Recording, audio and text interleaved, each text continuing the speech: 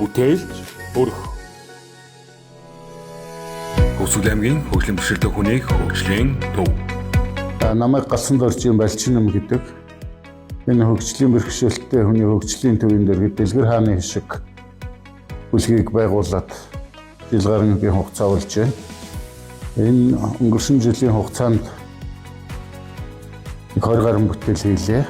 Ингээд аймгийн засаг даргын бүтээлч 300 өрх хөтөлбөрийн хүрээнд хамрагдаж 7 сая төгрөгийн төсөл хөтөлбөр авсан. Энэгээр энэ лазер машиныг аваад энэ лазер машин маань 2 төвтэй, 2 толгойтой нэлээд өндөр хүчин чадалтай машин.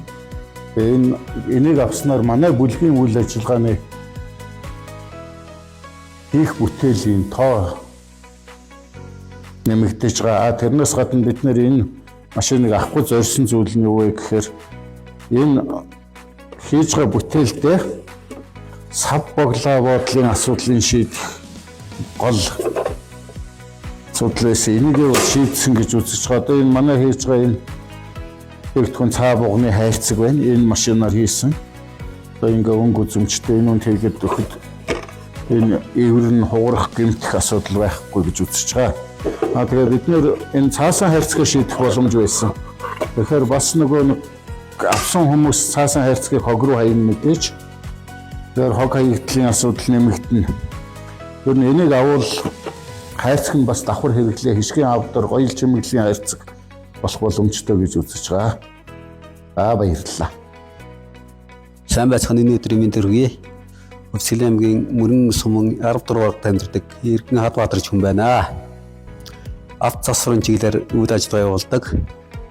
2 сая бүтээж ирэх 300-аас 2 сая төгрөгийн техник төхөөрөмж явуулалтаа би манай амьдралд тус дэм их болж байна.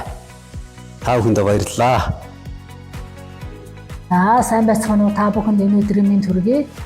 Би хөгжлийн төвийн дэргэдэх гэрэл түгээгээд бүлэг байгуулад ажиллаж байгаа 2 дугаар гэрэл Одсрон байна. Миний охин Наран гэрэл. Бид хоёр хөгжлийн төв дээр гэрэл түгээгээд бүлэг байгуулад декорн болон давсан уралдаар хоёулаа бүтээл хийж эхэлсэн. Тэгээд энэ бүтээлүүдээ чанаржуулах үүднээс бид хоёр ингээ бүтээлч хүрэх 300 хөтөлбөрт хамрагдаж 2 сая төгрөгийн бодит дэмжлэг авсандаа маш их баяртай байгаа. Бид хоёр энэ бүтээлийнхэн нэр чанарыг сайжруулах зорилгоор одоо давсан болон урлагийн центрийн бүтээлүүдээс гадна бид хоёр эпокси гэдэг материалаар одоо бас бүтээл хийж хүмүүсийн захиалгаар ингэж хийж ажиллах зорилготой байгаа. Ингээд сайн байцгаана уу та бүхэндээ энэ өдрийн мэндийг хүргэе.